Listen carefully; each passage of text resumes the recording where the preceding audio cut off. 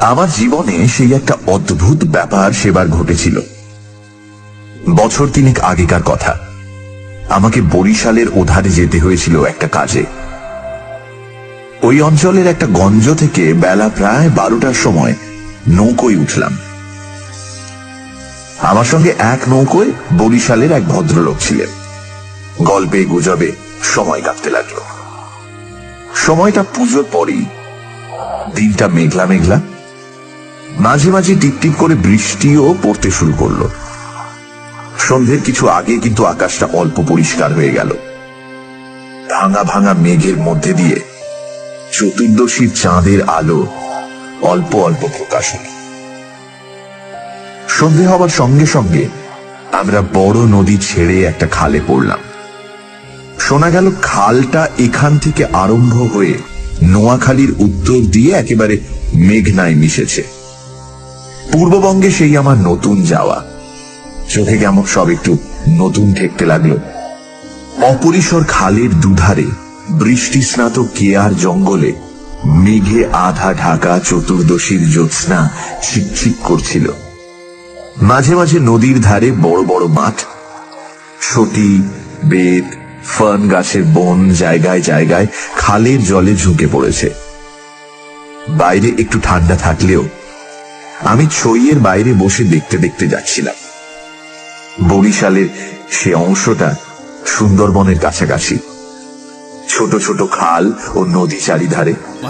সমুদ্র খুব দূরে নয়, 10-15 মাইল দক্ষিণ পশ্চিমেই হাতিয়া ও সন্দ্বীপ। দোকানদারের সঙ্গে কথাও বলেছে। আরো একটু রাত হলো। হাতের কাজ দেখতে চেয়েছে দোকানদার। খালের দুপারের নির্জন জঙ্গল অত পাবে না, অস্ফুট জ্যোৎস্নায় বাড়িতে একা রেখে যেতে কেমন যেন অদ্ভুত দেখাতে লাগলো। মাসখানেকের মধ্যেই এই অংশে লোকের বসতি একেবারেই নেই। হাতে কাটারি নিয়ে আর জঙ্গলের ধারে বড় বড় হোগলা গাছ। আমার সঙ্গী বললেন, এত রাত্রে আর বাইরে থাকবেন না, আসুন ছইয়ের মধ্যে। এসব জঙ্গলে বুঝলেন না। তারপর তিনি সুন্দরবনের নানা গল্প করতে লাগলেন। বাসন্তীর চোখ দুটো যেন তার এক কাকা নাকি ফরেস্ট ডিপার্টমেন্টে কাজ করতেন। তারই লঞ্চে করে তিনি একবার সুন্দরবনের নানা অংশে বেরিয়েছিলেন। সেই সব গল্প। রাত প্রায় 12টার কাছাকাছি হলো। মাঝি আমাদের নৌকোয় ছিল মোটে একটি। সে বলে উঠল, বাবা কোথায় আছে? একটু এই যে বড় নদী পড়বে, এত রাতে একা সেই নদীতে পাড়ি জমাতে পারবো না, এইখানে নৌকো রাখি। নৌকো সেখানেই বাঁধা হলো। এদিকে বড় বড় গাছের আড়ালে চাঁদ অস্ত গেল। দেখলাম অপ্রশস্ত খালের দুধারেই অন্ধকারে ঢাকা ঘন জঙ্গল। চারিদিকে কোনো শব্দ নেই।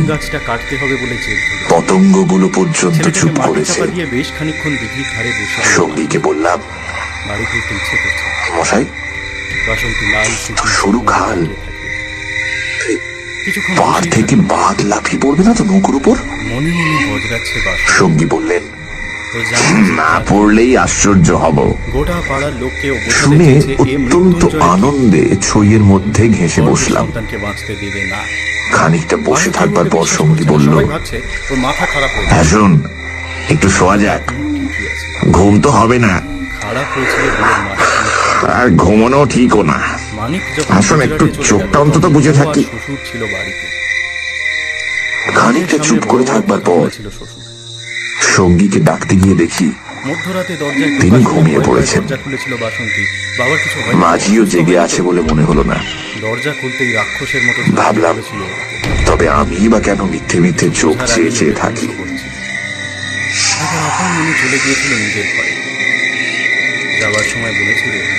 তারপর যা ঘটল সেটি আমার জীবনের এক অদ্ভুত অভিজ্ঞতা।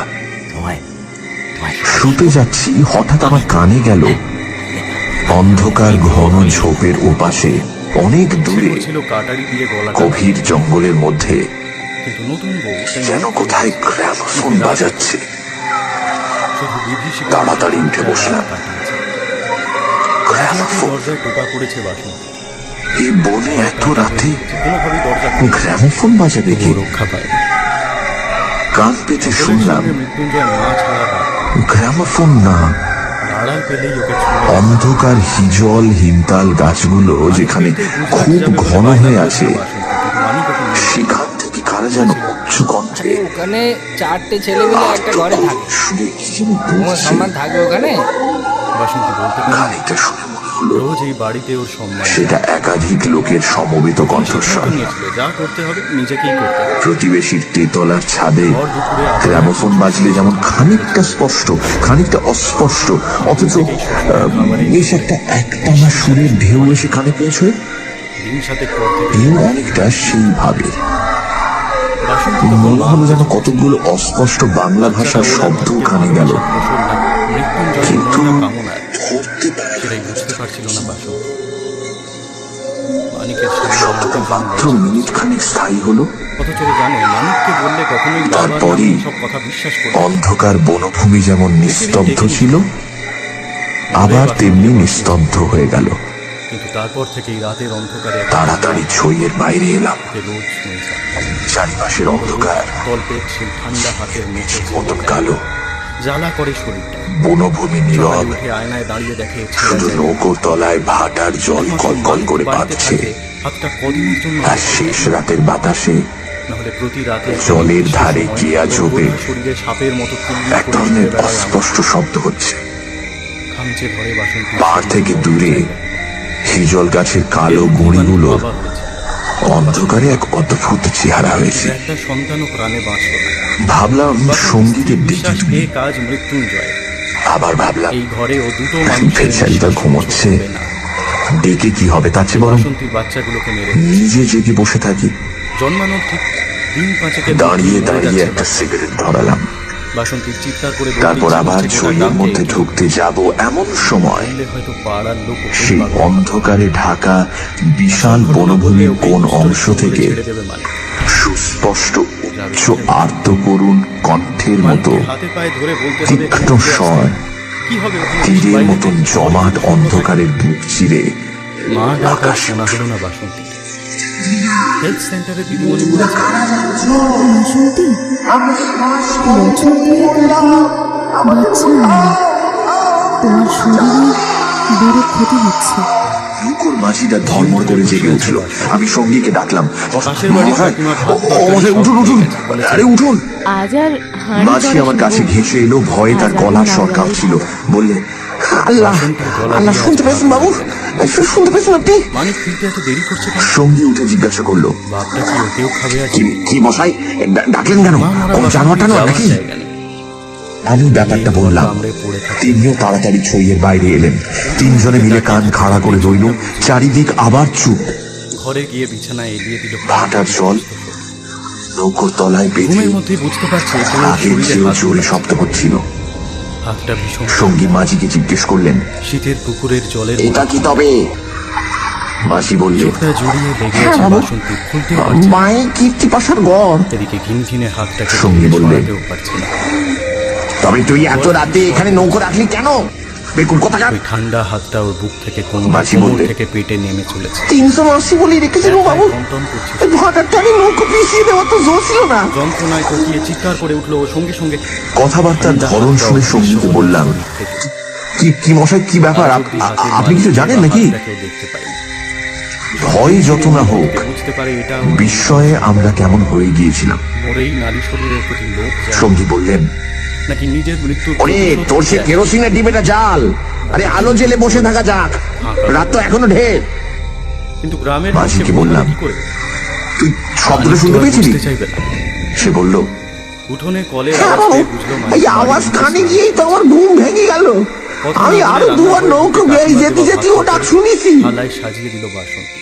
সঙ্গী বললেন, আসন পেতে জলের গ্লাসটা এটা এই অঞ্চলের একটা অদ্ভুত ঘটনা। মানিক খেতে বসেই বলল, তবে এই জায়গাটা সুন্দরবনের সীমানায় বলে আর এই অঞ্চলে কোনো লোকালয় নেই বলে শুধু নৌকোর মাঝিদের কাছে এটা সুপরিচিত। এর পেছনে একটা ইতিহাস আছে, সেটা অবশ্য নৌকোর মাঝিদের পরিচিত নয়। মানিক ওকে হাত সেইটা ধরে আপনাকে টেনে বলি, শুনুন। বসালো নিজের পাশে। তারপর কেরোসিনের ডিবার আলোয় অন্ধকার বনের বুকের মধ্যে বসে তোমার কিছু হলে আমি কি সঙ্গীর নিয়ে মুখে বাঁচবো বলো তো? কীর্তি পাশার আর কটা গড়ের মাস যেতে দাও, ইতিহাসটা শুনতে লাগলাম। এখানেই কাজে ঢুকো। কথা বলে এসেছি। তারপর তোমার 300 বছর আগের কথা। মুনিম খাঁ তখন গুজরাটে ফিরে মালিককে বলে গৌড়ের দেবো, আমার সুবেদার। পাওনা মিটিয়ে দিতে। এই অঞ্চলে তখন চিন্তা 12 করো ভূঁইয়ার না, 2 প্রতাপশালী ভূঁইয়া আবার আমরা রাজা বাবা মা রামচন্দ্র হবো। রায় ও ঈসা খাঁ মসনদে আলীর বাসন্তী খুব নিজের প্রধান। কপালের উপরেই হিংসা হয়। মেঘনার মোহনার বাহির সমুদ্র, যাকে এখন সন্দ্বীপ চ্যানেল বলে, সেখানে তখন মগ আর পর্তুগিজ জলদস্যুরা শয়তান বুড়ো শিকারের খোঁজে ওত পেতে বসে খেয়ে থাকত। হাত ধুয়ে ঘরে গিয়ে শুয়ে পড়লো। সে সময় এখানে এরকম জঙ্গল ছিল না। এই সমস্ত জায়গা কীর্তি রায়ের অধিকারে ছিল। এইখানে ঠান্ডা হাতটা ঘুরে তার সুদৃঢ় দুর্গ ছিল। চেপে ধরবে, যন্ত্রণায় ঘেন্নায় কুকিয়ে উঠবে। মগ জলদস্যুদের সঙ্গে তিনি অনেকবার লড়েছিলেন। মানিক চলে তার গেছে আজ অধীনে 3 দিন। সৈন্য সামন্ত, কামান, বাসন্তী যুদ্ধের কোনো পোশাক রকম দুটো সবই হাতে ছিল। ভাত দিয়ে খাচ্ছে। সন্দীপ সব তখন বাজার ছিল করে রেখে গেছে। পর্তুগিজ জলদস্যুদের প্রধান আড্ডা। মাছের দোকানে টাকা দিয়ে বলে গেছে এদের আক্রমণ থেকে আত্মরক্ষা করবার জন্য পৌঁছে দিতে। এই অঞ্চলের সকল জমিদারকে সৈন্যদল দৃঢ় করে করতে হতো। ইচ্ছা করছে না। শুধু এই বনের ছেলেটার পশ্চিম জন্মের ধার সময় দিয়ে চিৎকার তখন করে কান্নাটা আরেকটা খাল বড় নদীতে পড়ত। বালতি বনের জল মধ্যে ঢেলেও গা তার থেকে ওই চিহ্ন খিনখিনে নোংরা হাতটা এখনো আছে। অনুভূতিটাকে কিছুতেই সরাতে পারে না। কীর্তি রায় অত্যন্ত অত্যাচারী এবং দুর্ধর্ষ জমিদার ছিলেন। এটে রাখছিল বাসন্তী। তার রাজ্যে টাকা দিয়ে কেনা জিনিস এমন সুন্দর মেয়ে বাজে। কমই ছিল ওই যে আনন্দ তার মণ্ডলের অন্তঃপুরে বন ছুটতে ছুটতে একবার এসে না দাঁড়ালো ঢুকেছে। বাসন্তীর উঠোনে। তাছাড়া তিনি আমাদের নিজেও আমাকে বলল, এক প্রকার জলদস্যুই ছিলেন। তার নিজের অনেকগুলো বড় ছিপ অর্থাৎ ছোট নৌকো ছিল। আমার শ্বশুর কাল গিয়েছিল কীর্তি রায়ের পাশের জমিদারি ছিল কীর্তি রায়ের বন্ধুর। এরা ছিলেন চন্দ্রদ্বীপের রাজা রামচন্দ্র রায়ের পত্তনিদার। অবশ্য সে সময় অনেক পত্তনিদারের ক্ষমতা এখনকার স্বাধীন রাজাদের চেয়ে বেশি ছিল। কীর্তি রায়ের বন্ধু মারা গেলে তার তরুণ বয়স্ক পুত্র নরনারায়ণ রায় পিতার জমিদারির ভার পান। নরনারায়ণ তখন সবে যৌবনে পদার্পণ করেছেন। অত্যন্ত সুপুরুষ, এতদিন তো সবাইকে বীর কানে কামড়ে বলতাম এবং শক্তিমান। মিন সেই বাড়িতেই আছে। নরনারায়ণ ওই নিম গাছে আছে। কীর্তি রায়ের পুত্র কেউ তো চঞ্চল শোনেনি সে রায়ের কথা। সমবয়সী ও লোকে বন্ধু। বলতো মানিকের বউয়ের মাথা খারাপ হয়ে সেবার গেছে। কীর্তি রায়ের এবারে বুঝুক নিমন্ত্রণে লোকজন। নরনারায়ণ রায় বাসন্তী তাঁর ভুল রাজ্যে বলেনি। দিন কতকের জন্য বেড়াতে এলেন। তারপরের দিনেও সবে চঞ্চল কর্ম রায়ের থেকে তরুণী স্নান সেরে পত্নী বেরিয়েছে লক্ষ্মী দেবী স্বামীর বন্ধু নরনারায়ণকে তারা যেন কথা দেওরের বলছে। মতন স্নেহের চোখে দেখতে লাগলেন। শিবনাথ মুখুজ্জের মেয়ে পদ্মা দু একদিনের মধ্যেই কিন্তু বাপের বাড়ি সে স্নেহের চোটে মাত্র 1 মাসের নরনারায়ণকে বিব্রত হয়ে উঠতে হলো। পদ্মাও ভোরের দিকে নরনারায়ণ রায় তরুণ বয়স্ক হলেও একটু গম্ভীর প্রকৃতির। ভয়ে চেঁচিয়ে বিদ্যুৎ উঠেছিল চঞ্চলা পদ্মা। তরুণী বন্ধু পত্নীর আর ব্যঙ্গ বাড়ির পরিহাসে পালিয়েছে। গম্ভীর প্রকৃতির সেই সাদা নরনারায়ণের ধুতি, মান আর বাঁচিয়ে সাদা চলা পটুয়া, মাথায় হনুমান টুপি। দুষ্কর হয়ে পড়ল। এ পোশাক কারোর ভোলার নয়। স্নান করে উঠেছেন, দিন মাথার সাতেকের পাগড়ি মধ্যেই খুঁজে এ পাওয়া পাড়ায় যায় না। গেল। নানা জায়গায় খুঁজে হয়রান হয়ে তার আশা ছেড়ে দিয়ে বসে আছেন। হঠাৎ কখন নিজের বালিশ তুলতে গিয়ে দেখেন তার নিচেই পাগড়ি চাপা আছে। প্রধান নিজে এলো বাসন্তী যদিও বাড়ি। এর আগেও তিনি বালিশের নিচেই খুঁজেছেন। কাটানো হলো নিম গাছটা। এক তার প্রান্ত প্রিয় থেকে তলোয়ারটা চক্ষু পড়ানোর কথাও বলল দুপুর পাড়ার থেকে লোক। বিকেলের মধ্যে 5 বার হারিয়ে আজ গেল। বড় নিশ্চিন্ত লাগছে আবার বলে। 5 বারই সম্পূর্ণ অপ্রত্যাশিত জায়গা থেকে খুঁজে পাওয়া গেল। পাড়ার লোকজন গাছটাকে পানে এমন সব জিনিসের সমাবেশ হতে লাগলো ইচ্ছে থাকলেও কাটা হয়। যা কোনো কালেই পানের আজ উপকরণ কাটা নয়। মৃত্যুঞ্জয়ের বাসা। বন্ধু পত্নীর সঙ্গে কিছুতেই এঁটে উঠতে না পেরে অত্যাচার জর্জরিত নরনারায়ণ রায় ঠিক করলেন তার বন্ধুর স্ত্রীটি মৃত্যুঞ্জয় সেজে ভয় একটু নেয়। ছিটগ্রস্ত। শ্বশুরের ধুতি ফতুয়া পরে বন্ধুর মাথায় দুর্দশায় চঞ্চল রায় মনে মনে খুশি হলেও বাইরের স্ত্রীকে বললেন, দুদিনের জন্য এসেছে বেচারি, ওকে তুমি যে রকম বিব্রত করে তুলেছো ও আর কখনো এখানে আসবে না। তখনই এক সেট গোঁফ দাড়ি পেয়েছিল। দিন কয়েক এরকম কাটবার পর সেটাই আলমারিতে। কীর্তি রায়ের আদেশে চঞ্চল রায়কে কি একটা কাজে হঠাৎ গৌড়ে যাত্রা করতে ভয় হলো। দেখিয়ে বেড়াতে হয়েছে বাসন্তী। নরনারায়ণ রায়ও বন্ধুর স্ত্রী কখন যে কি করে বসে সেই ভয়ে কয়েকদিন কাটানোর পর নিশ্চিন্তে নিজের আজ বজরায় উঠে হাঁপ ছেড়ে বাঁচলেন। আর ওই হাতটা ওকে খুব যাবার সময় লক্ষ্মী দেবী বলে দিলেন, ঘুমাচ্ছিল বাসন্তী। এবার আবার যখন আসবে ভাই, এমন একটা বিশ্বাসী লোক সঙ্গে এলো যে রাত দিন তোমার জিনিসপত্র ঘরে বসে পাহারা দেবে, কেউ যেন বুঝলে? গলাটা চেপে ধরে আছে ওর। কিছুতেই নিঃশ্বাস নিতে পারছে না। নরনারায়ণ রায়ের বজরা রায়মঙ্গলের মোহনা ছাড়িয়ে যাবার একটু পরেই জলদস্যুদের দ্বারা আক্রান্ত হলো। তখন দুপুরবেলা সমুদ্রের সেই অংশে এমন কোনো নৌকো ছিল না যারা সাহায্য করতে আসতে পারে। সেটা রায়মঙ্গল আর কালাবদে সামনেই সমুদ্র। সন্দীপ চ্যানেল জলদস্যুদের প্রধান ঘাঁটি। বাসন্তী সব নরনারায়ণের বজরা লক্ষ্মীরা কেউ হতবলে, কাউকে দেখতে পাচ্ছে কেউ না। সাংঘাতিক জখম। মাথার কাছে রোজই কাটারি নিয়ে শুয়ে থাকতে নিজে পারে। নরনারায়ণ ওটা নিয়েই এলো দস্যুদের পাখির আক্রমণ চালাতে। প্রতিহত করতে গিয়ে ঘর থেকে বেরিয়ে এসে হাঁটুতে কিসের মুখে খোঁচা বন্ধ করে খেয়ে ঘোরাতে লাগলো কাটারিটা। অজ্ঞান হয়ে পড়লেন। হঠাৎই জ্ঞান হবার পর বুঝতে দেখতে পারলো পেলেন কারো লেগেছে। তিনি এক অন্ধকার জায়গায় শুয়ে আছেন। জ্বালালো বাসন্তী। তার সামনে কি যেন একটা বড় নক্ষত্রের মতন জ্বলছে। মালিক খানিকক্ষণ জোরে চোখের পলক ফেলবার পর তিনি বুঝলেন যাকে তারা বলে মনে হয়েছিল তা আসলে একটি ছোট জানালা থেকে ঢুকে আসা ফিরে এসেছিলাম বাইরের আলো। বাসন্তী। ওখানে নরনারায়ণ দেখলেন তিনি একটি অন্ধকার ঘরের ভেজা মেঝের উপর শুয়ে আছেন। মাধব যেটা ফোনে বললো ঘরের পাড়ার সবাই দেয়ালের নাকি বাবাকে দেখেছে, জায়গায় ভূতে জায়গায় ভূতে, তাই সবুজ শ্যাওলার দল ফিরে গজিয়েছে। এলাম। আরো কদিন আরো কটা রাত কেটে গেল। কেউ তার জন্য কোনো খাবার আনলো না। তিনি বুঝলেন যারা তাকে এখানে এনেছে তাকে না খেতে দিয়ে মেরে ফেলাই তাদের ভ্রান্তের মতো উদ্দেশ্য। চেঁচাতে লাগলো। পাশের বাড়ির মৃত্যু। সবাই এসে দেখলো সামনের নির্মম রক্তে মৃত্যু। ভেসে যাচ্ছে। মানিকের বুকে কাটা সেদিনটাও কেটে গেল। আঘাতজনিত ব্যথায় এবং ঘোরাঘুরি করে হেলথ সেন্টারে ক্ষুধা নিয়ে গেল। তৃষ্ণায় অবসন্ন নরনারায়ণের চোখের সামনে থেকে এত রাতে নিয়ে যাওয়া মুশকিল। জানালার শেষ আলোটাও মিলিয়ে গেল। অতিরিক্ত রক্তক্ষরণের কারণে তিনি অন্ধকার ঘরের পাথরের মেঝেতে শুয়ে মৃত্যু হলো। অধীর ভাবে মৃত্যুর অপেক্ষা করতে লাগলেন। পাড়ার সবাই ভাবলো মৃত্যুঞ্জয় ভূতের কাজ। অনেকক্ষণ পরে, নাতিগুলোকে খেয়েছে, ছেলেকেও কতক্ষণ পরে তা তিনি বুঝতে পারলেন না। বাসন্তী আর হঠাৎ কথা বলতে আলো নিষেধ চোখে লেগে তার তন্দ্রা ঘোর কেটে গেল। নোংরা হাতটা ওর অসার শরীর বিস্মিত নরনারায়ণ চোখ মেলে দেখলেন আর তেমন ঘেন্না করে না বাসন্তী। তার সামনে প্রদীপ হাতে দাঁড়িয়ে তার বন্ধু স্ত্রী লক্ষ্মী দেবী। শরীরের অঙ্গগুলো যেন কথা বলতে গিয়ে লক্ষ্মী দেবীর ইঙ্গিতে নরনারায়ণ থেমে মানিক গেলেন। মারা যাওয়ার পরেও বাসন্তী বেঁচে ছিল দিন সাথে। লক্ষ্মী দেবী হাতের প্রদীপটি আঁচল দিয়ে ঢেকে একটা বাচ্চার কান্নার আওয়াজ। নরনারায়ণকে তার স্মরণ করতে ইঙ্গিত মাঝরাতে করলেন। ছুটতে ছুটতে পৌঁছে গেল ছেলে পোঁতার তার শ্মশানে। নরনারায়ণের সন্দেহ হলো বাসন্তী স্পষ্ট দেখলো এসব স্বপ্ন নয়তো। সাদা কাঁথায় জড়ানো ওর তিনটে ছেলে কিন্তু ওই যে শুয়ে আছে। দীপশিখার উজ্জ্বল সেদিকে আলোয় ছুটে গেল বাসন্তী।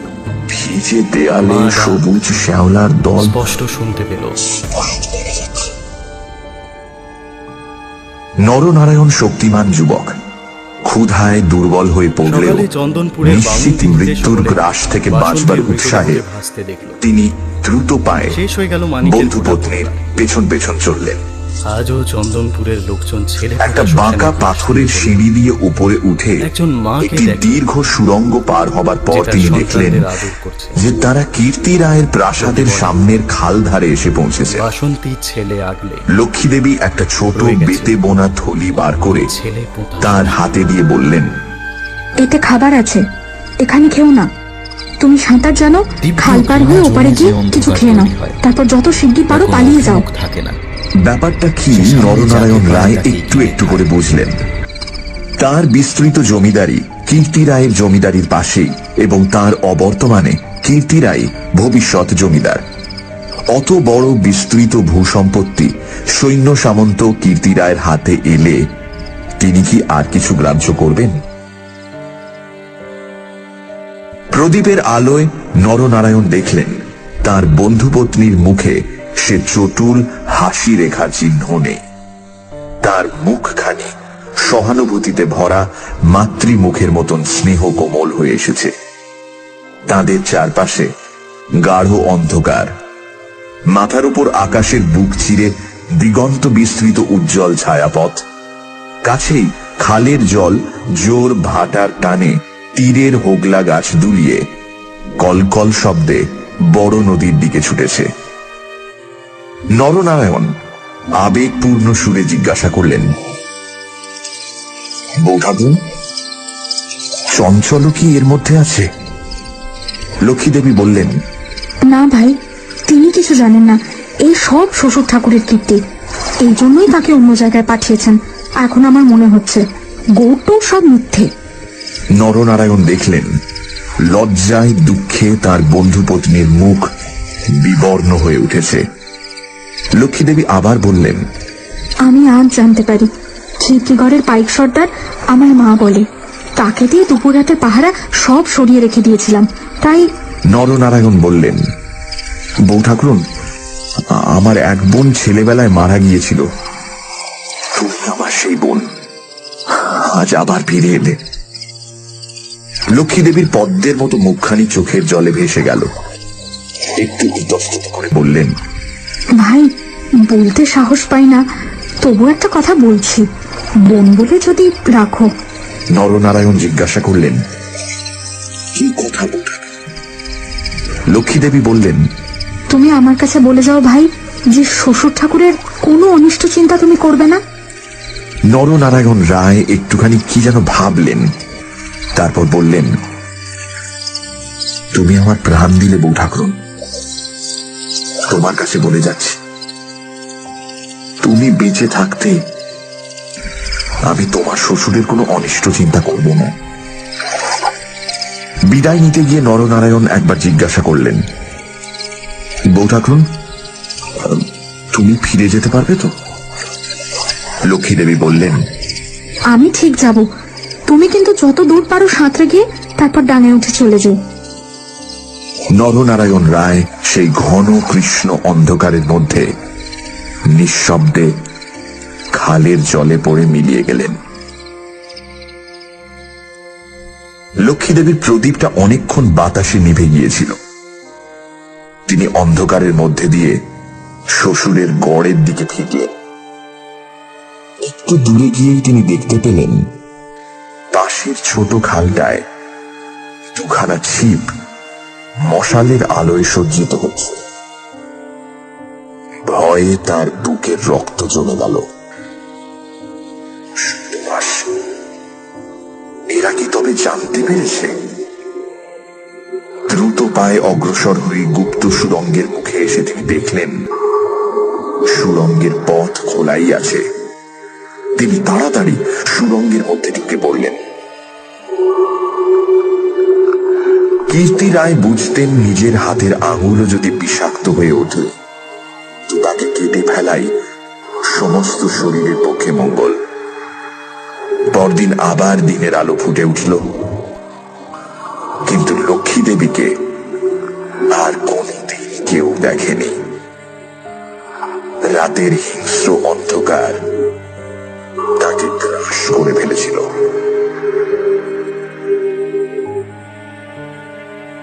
নরনারায়ণ রায় নিজের রাজধানীতে বসে সব শুনলেন। গুপ্ত সুড়ঙ্গের দুধারের মুখ বন্ধ করে কীর্তি রায় তার পুত্রবধূর শ্বাসরোধ করে তাকে হত্যা করেছেন। শুনে তিনি চুপ করে রইলেন। এর কিছুদিন পরে তার কানে গেল বাসুন্তার লক্ষণ রায়ের মেয়ের সঙ্গে খুব তাড়াতাড়ি চঞ্চলের বিয়ে। সেদিন রাতে চাঁদ ওঠার পর নিজের প্রাসাদের ছাদে বেড়াতে বেড়াতে চারিদিকের শুভ্র সুন্দর আলোর সাগরের দিকে দৃষ্টিপাত করে দৃঢ় চিত্ত নরনারায়ণ রায়েরও চোখের পাতা যেন ভেজে উঠল। তার মনে হলো তার অভাগিনী বউ ঠাকুরানীর চোখের দুষ্টু হাসিটি তারায় তারায় নবমল্লিকার মতো ফুটে উঠেছে। নরনারায়ণ রায়ের পূর্বপুরুষেরা ছিলেন দুর্ধর্ষ দস্যু। হঠাৎ পূর্বপুরুষের সেই বর্বর রক্ত নরনারায়ণের ধমনীতে নেচে উঠল। তিনি মনে মনে বললেন, আমার অপমান আমি একরকম ভুলেছিলাম বউ ঠাকুর, তোমার অপমান আমি সহ্য করব না কখনোই।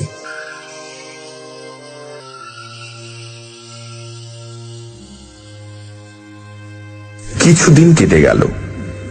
তারপর একদিন এক শীতের ভোর রাতের কুয়াশা কেটে যাওয়ার সঙ্গে সঙ্গে দেখা গেল কীর্তি রায়ের গড়ের খালের মুখ ছিপে সুলুপে জাহাজে ভরে গিয়েছে।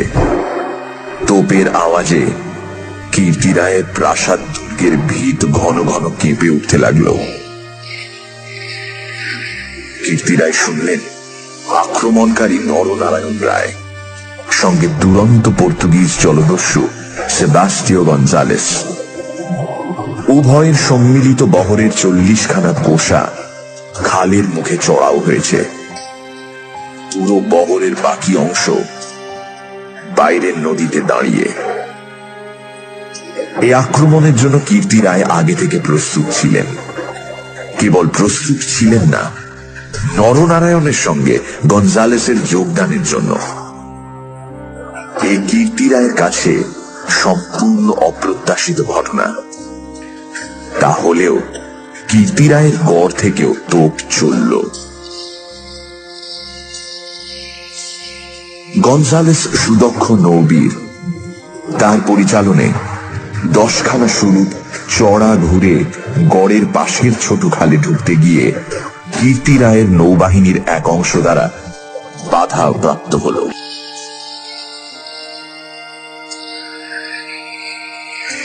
গড়ের কামান সেদিকে এত প্রখর যে খালের মুখে দাঁড়িয়ে থাকলে বহর মারা পড়ে।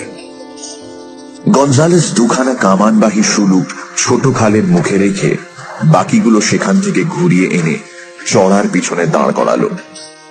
গঞ্জালেসের অধীনস্থ অন্যতম জলদস্যু মাইকেল রোজারিও ডি ভেগা এই ছোট বহর খালের মধ্যে ঢুকিয়ে গড়ের পশ্চিম দিক আক্রমণ করবার জন্য তৈরি হল। অতর্কিত আক্রমণে কীর্তি রায়ের নৌবাহিনী শত্রু বহর দ্বারা ছিপিয়াটা বোতলের মতন খালের মধ্যেই আটকে গেল। বাইরের বড় নদীতে গিয়ে যুদ্ধ দেবার মতন ক্ষমতা তাদের আদৌ রইল না। তবুও তাদের বিক্রমে রোজারিও অনেকক্ষণ পর্যন্ত কিছু করে উঠতে পারলেন না। কীর্তি রায়ের নৌবহর দুর্বল ছিল না।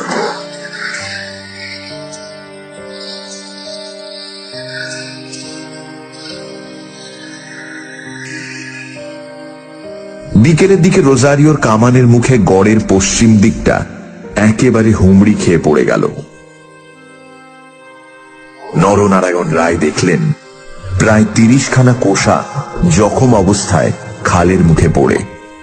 কীর্তি রায়ের গড়ের কামানগুলো সব চুপ। নদীর দুপাড় ঘিরে সন্ধে নেমে আসছে।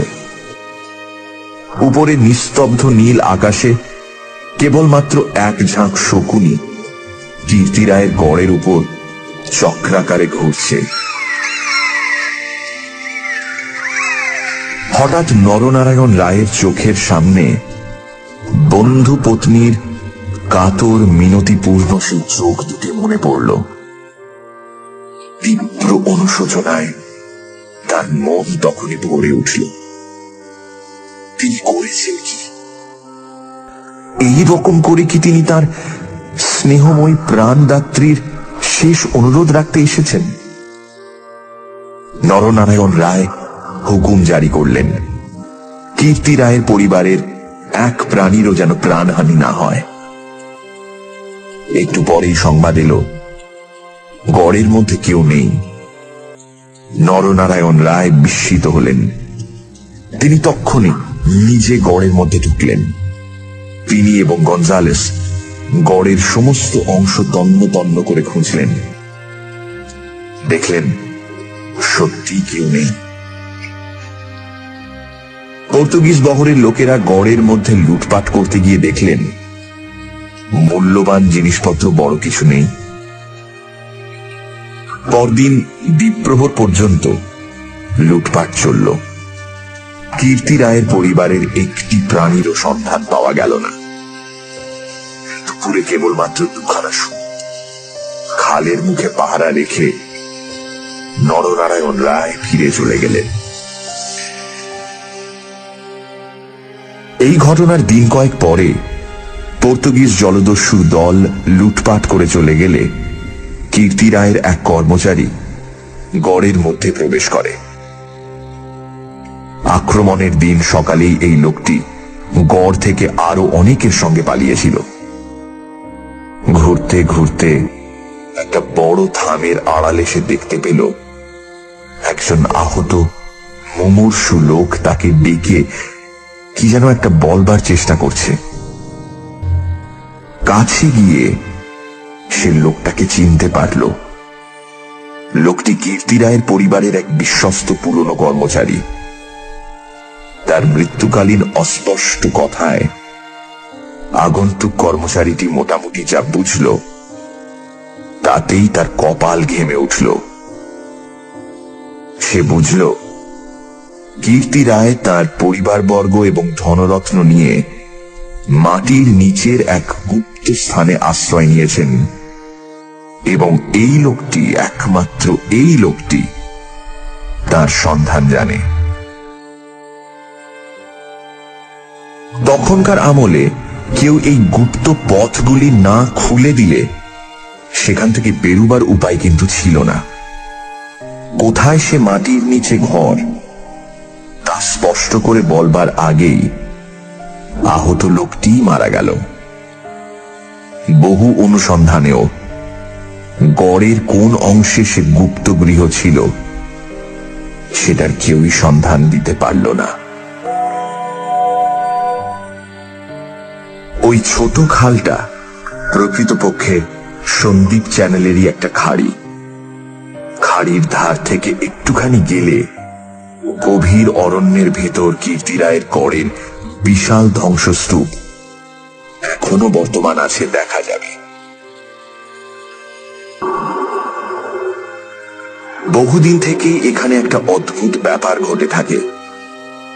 দুপুর রাতে গভীর বনভূমি যখন নীরব হয়ে যায়, হিন্তাল হিজল গাছের কালো গুড়িগুলো অন্ধকারে যখন বনের মধ্যে প্রেতের মতো দাঁড়িয়ে থাকে, সন্দীপ চ্যানেলের জোয়ারের ঢেউয়ে লোনা জল খাড়ির মুখে জোনাকির মতন জ্বলতে থাকে, তখন খাল দিয়ে নৌকো বেয়ে যেতে যেতে মোম মধু সংগ্রাহকেরা কতবার সে শুনেছে অন্ধকার বনের এক গভীর অংশ থেকে কারা যেন আত্মস্বরে চিৎকার করছে।